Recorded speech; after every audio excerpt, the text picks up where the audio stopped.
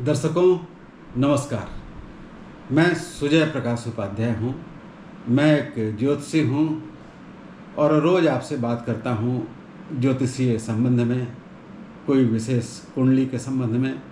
तो आज आपके सामने उपस्थित हूँ एक समकालीन तथाकथित संत की कुंडली को साथ लेकर। भारतवर्ष में अभी तो ढेर सारे संत हैं, लेकिन संतों की पहचान भी बहुत मुश्किल है। ज्योतिष एक बड़ा माध्यम हो सकता है उनके संतत्व को पहचानने के लिए। तो आइए चर्चा करते हैं श्री श्री रविशंकर की जन्म कुंडली से। इनकी जन्म कुंडली मकर लग्न की कुंडली है। मकर लग्न में उच्च का मंगल है। चतुर्थ भाव में मेष का सूर्य है, आपको स्क्रीन पे दिख रहा होगा। पंचम भाव वृष राशि में बुध और केतु है। छठे भाव में शुक्र और चंद्रमा है। सातवें भाव में उच्च का बृहस्पति है और 11वें भाव में वृश्चिक राशि में शनि और राहु हैं। इनके नवमांश में जो बुध और केतु है, ये दोनों उच्च के हैं और वृष राशि में लग्न में ही बैठे हैं। इनके नवमांश में मंगल सिंह राशि में है, शुक्र मकर राशि में है और बृहस्पति स्वग्रही होके 11वें भाव में है। आम आदमी और संत व्यक्ति में जन्म कुंडली में क्या फर्क होता है, यदि ज्योतिषीय दृष्टि से हम चर्चा करें तो जो बाकी अच्छे सफलता के योग हैं आम आदमी के लिए, संत के लिए वह भी जरूरी होता है। उनकी कुंडली में सफलता के, राजयोग के, उच्च ग्रह के स्थितियां जो हैं वो आम आदमी की तरह ही उनकी कुंडली में होती है। लेकिन अलग क्या होता है? अलग यह होता है कि उनका लग्न कमजोर होता है। लग्न कमजोर होने का मतलब क्या?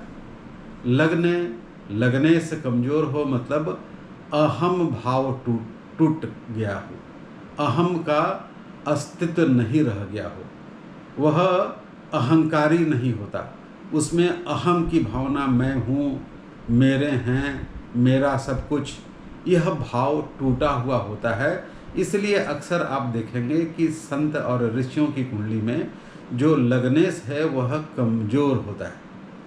उससे करुणा का भाव भी आता है। जब अहंकार नहीं रहा तो करुणा का भाव, मेरा कुछ नहीं फिर सब कुछ भी मेरा, पूरी दुनिया मेरी, पूरी सृष्टि मेरी, पूरा कुटुंब मेरा, ऐसे भाव तभी आ सकते हैं जब आपका जो अहम है, जो दर्प है, जो दंभ है, जो अहम की भावना है, मैं था तो हरि नहीं, हरि था तो मैं नहीं, ये जो पुरानी कहावत है कबीर की, वो मैं ख़त्म होने से वो हरि को पाया जा सकता है। इस कारण से लग्न और लग्नेश का कमजोर होना संत की कुंडली में आवश्यक होता है। आइए इनकी कुंडली को देखें। इनका दोनों लग्न, चंद्र लग्न भी और सामान्य लग्न भी, दोनों कमजोर है। लग्नेश को देखिए। लग्नेश अपने सबसे परम शत्रु की राशि वृश्चिक राशि, मंगल की राशि में बैठा है और राहु के साथ में है, मतलब लग्नेश कमजोर। चंद्र लग्न को लीजिए। चंद्र लग्न में चंद्रमा आद्रा नक्षत्र में है, जो बहुत ही दारुण नक्षत्र है। तो इस तरह से दोनों इनका जो लग्न है वह कमजोर है और यही आवश्यक शर्त है सामान्य सफल व्यक्ति और सिद्ध संत की सफल जीवन यात्रा में। उनका जो लग्न होता है वो कमजोर होता है। बाकी सब ग्रह देख लीजिए जरा इनका। सूर्य उच्च का है, मंगल उच्च का है, बृहस्पति उच्च का है और तो और जो बुध और केतु हैं वह भी नवमांश में जाके वर्गोत्तम हो गए। तो कई तरह के योग बनाते हुए इनकी जो जन्म कुंडली में दिखती है। रोचक योग बन रहा है, मंगल उच्च का है। हंस योग बन रहा है, बृहस्पति उच्च का है।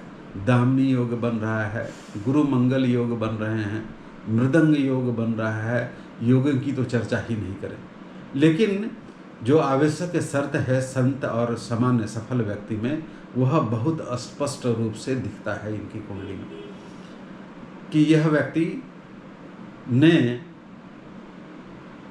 दैविक कृपा से, प्रभु की कृपा से, उस नियंता की कृपा से इनका जो अहंकार है, इनका जो अहम भाव है, वह बचपन से ही समाप्त है। और संभवतः इसी कारण से इनके चेहरे पर एक विशेष तरह की सौम्यता, एक विशेष तरह की कोमलता स्पष्ट रूप से परिलक्षित होती है। ऐसा नहीं है कि इनको गुस्सा नहीं आता होगा, इनको गुस्सा आता होगा, लेकिन गुस्सा वो परम लक्ष्य के लिए या इनके जो जिस तरह के परमार्थिक कार्य हो रहे हैं उसमें कहीं किसी तरह का विलंब या त्रुटि हो जाए तो उस पर इनको गुस्सा आ सकता है। लेकिन ऐसे स्वाभाविक सौम्यता इनके चेहरे पे दिखती है। चेहरे से तो लगता ही नहीं कि ये कभी गुस्से में भी जा सकते हैं। और आज के दिन भी इतने उम्र होने के बाद भी इनके चेहरे पर एक विशेष तरह की कोमलता है, एक विशेष तरह का लावण्य है, एक विशेष तरह का शांत भाव का चेहरा इनका दिखता है। और स्त्रैण जैसा भी थोड़ा दिखता है। नारी के जो स्वाभाविक गुण हैं वह गुण करुणा का भाव इनके चेहरे पे दिखता है। तो उस कोटि से यदि हम ज्योतिषीय दृष्टि से परखना चाहें तो संतत्व इनमें झलकता है।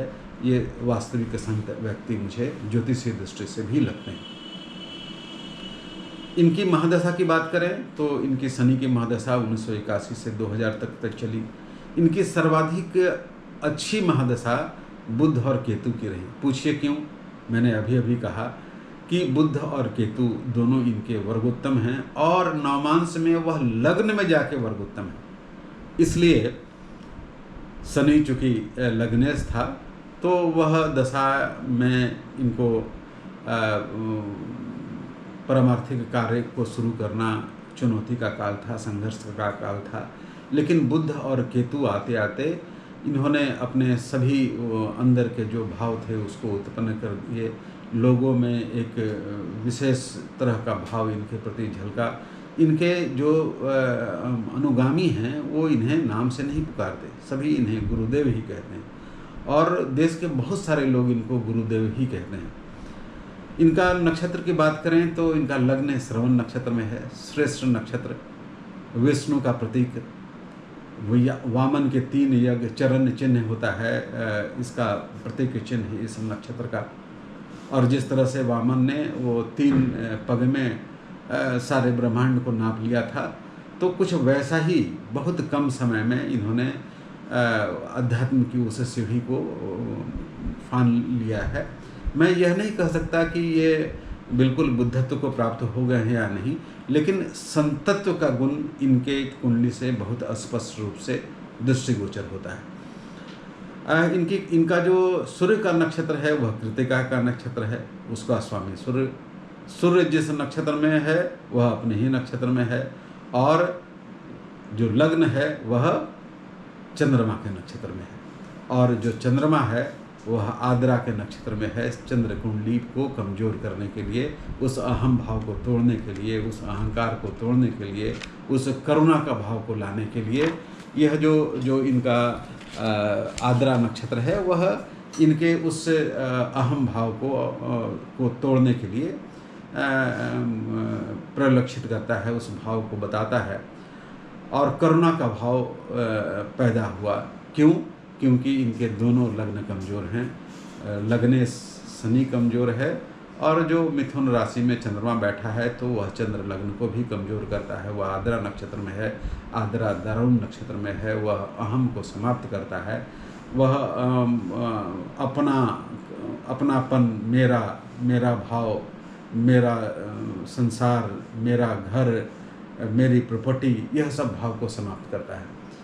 तो निश्चित रूप से ये संत व्यक्ति हैं और इन्होंने बांटा है, अपना लुटाया है और जो इन्होंने विधि सिखाई है, एक खास तरह का परिणाम सिखाते हैं ये, उससे न जाने कितने लोगों को लाभ हुआ है, कितने बच्चे, कितने संगठनों में इन्होंने काम किया है। और लगातार अनवरत ये काम करते जा रहे हैं। शुक्र की महादशा 2024 से 2044 तक चलेगी। शुक्र में सूर्य ये आदमी हैं, हाड़ मांस के शरीर हैं। आने जाने का जो सिलसिला है वह तो जारी ही रहता है, कोई भी नहीं रुका। रामकृष्ण परमहंस नहीं रहे, विवेकानंद नहीं रहे, संसार में एक खास प्रयोजन से लोग आते हैं। तो शुक्र में जो सूर्य की अंतर्दशा होगी वह इनके स्वास्थ्य के लिए थोड़ी खतरनाक है। वह क्यों है? क्योंकि लगन कुंडली में देखिए सूर्य जो है वह अष्टम भाव का स्वामी है और वह उच्च का भी है। और नवमांश को आप गौर से देखेंगे तो नवमांश में जो सूर्य है वह अष्टम भाव में है। तो यह इनके स्वास्थ्य के लिए अच्छा नहीं है। मेरी तो कामना है ये शतायु हों और जितने दिन रहें उतने दिन ये समाज को, देश को, विश्व को अपना वह सद्गुण लुटाते रहें, बांटते रहें और सभी को अपने आशीर्वाद से चमत्कृत करते रहें। मेरा यह वीडियो आपको कैसा लगा?